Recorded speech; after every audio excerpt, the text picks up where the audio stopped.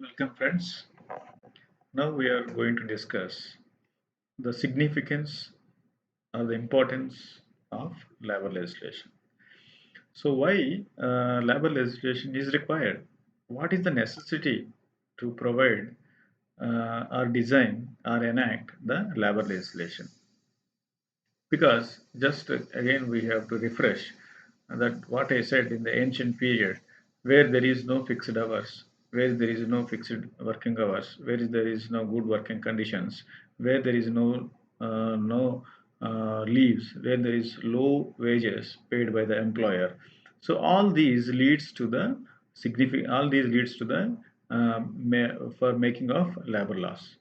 So, how many days, how many years, how many decades the labor who are working for the employer or the capitalist without demanding any welfare measures? When the world is growing, when the world is developing day by day in all the ways, all the means, basing on the technology or any other source. Apart from that, on par with labor also should develop, should grow their living as well as their financially. So a huge gap between these are some of the points where identified by the uh, experts. Huge gap between capital and labor. This leads to the labor legislation. As I said, capital means the employer or the owner who started who starts any firm or business or factory where he has every upper hand that they have to uh, gain more profits by producing their goods. So how they will gain more profits if they sell their goods into the market with the good rate and everything that is good. But they want to give low wages to their workers, pay low wages to their workers, gain more profits. That is not correct. So not only the wages, see the second point, low wages, miserable working conditions, not good working conditions, and their living conditions. See, when these type of certain things are happen between the labor and the capital, it leads to the gap where it is the duty of the if the employer provides good working conditions, employer gives good salary or wage, employers provide good living conditions to their labor or the worker, there is no gap and there is no involvement of the government in making any labor acts. No need, never. But it is they themselves, that the owners or the capitalists, they themselves created this type of things, treating the labor as a low bonded labor, and as well as they are the uh, uh, want to pay a low wages and they want to gain more profits out of that. This leads to the enactment of labor laws. All these points, what we are going to discuss, we will discuss in the classification of labor legislation. That where we have to discuss it. Third point is to safeguard the interest of the workers. So this point, how you safeguard? Because we discuss labor are illiterates, labor don't know anything. So most of the socialists and political leaders, political parties demanded that it is the duty of the government and as well as the employer to safeguard the interest of the workers. So that agitation also leads to the enactment of labor laws. That is one point. And next point is labor got unionized.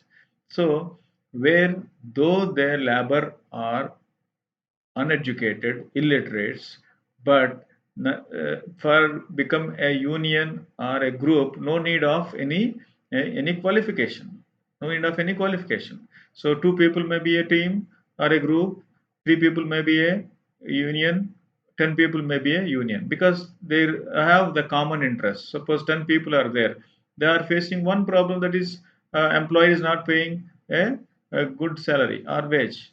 They are working in a pathetic conditions, there is no fixed hours. These are all common problems of the workers.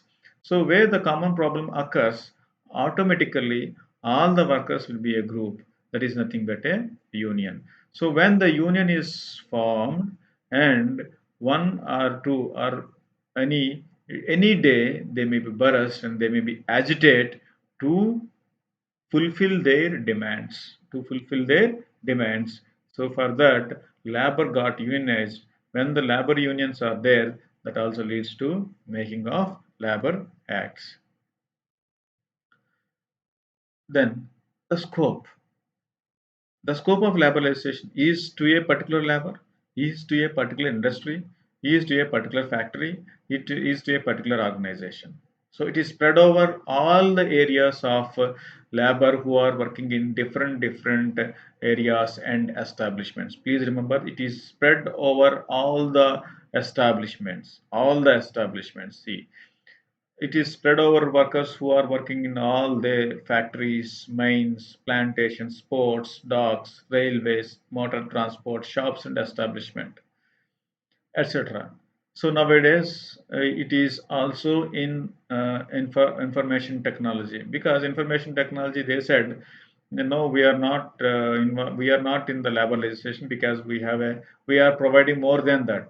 But now it also comes under the labor legislation, especially in the Factories Act and as well as Shops and Establishment Act. So some of the examples we can discuss, like the functional area and labor legislation. The functional area is employment, training, and wage. In the employment, see, just I explained the previous concept, that is Employment Exchange Compulsory Notification Act 1959. Where any vacancies are there in any organization, it is mandatory and compulsory that they have to notify in the employment exchange, and the eligible candidates may apply for the particular post. Training is there, apprenticeship training. So where unemployed youth is there in the society in the year 1961, where unemployed youth is there, so it is government provided apprentice, is particularly for the technical people who have qualified in that particular course. They are eligible for taking the apprentice training. And wages are governed by minimum wage, where you have to meet the what do you call uh, you have to meet the basic things, basic necessities to all the family, that is food, shelter, and clothing. Payment of wages. Wages should be paid in time to every employees. Equal remuneration without having any discrimination between male and female, and payment of bonus where the workers are having a share in the profits gained by the employer. So these are all some of the examples of the scope, where these are all acts are spread over in the above mentioned organizations in the country. Thank you.